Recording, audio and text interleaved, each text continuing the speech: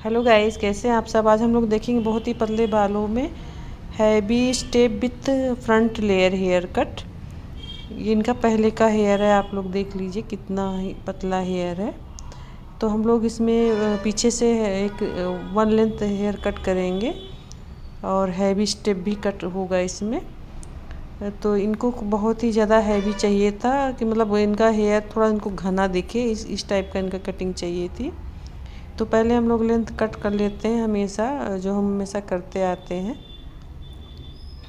चलिए आप लोग कटिंग देखिए, बाद में आप लोग से लास्ट में मिलते हैं।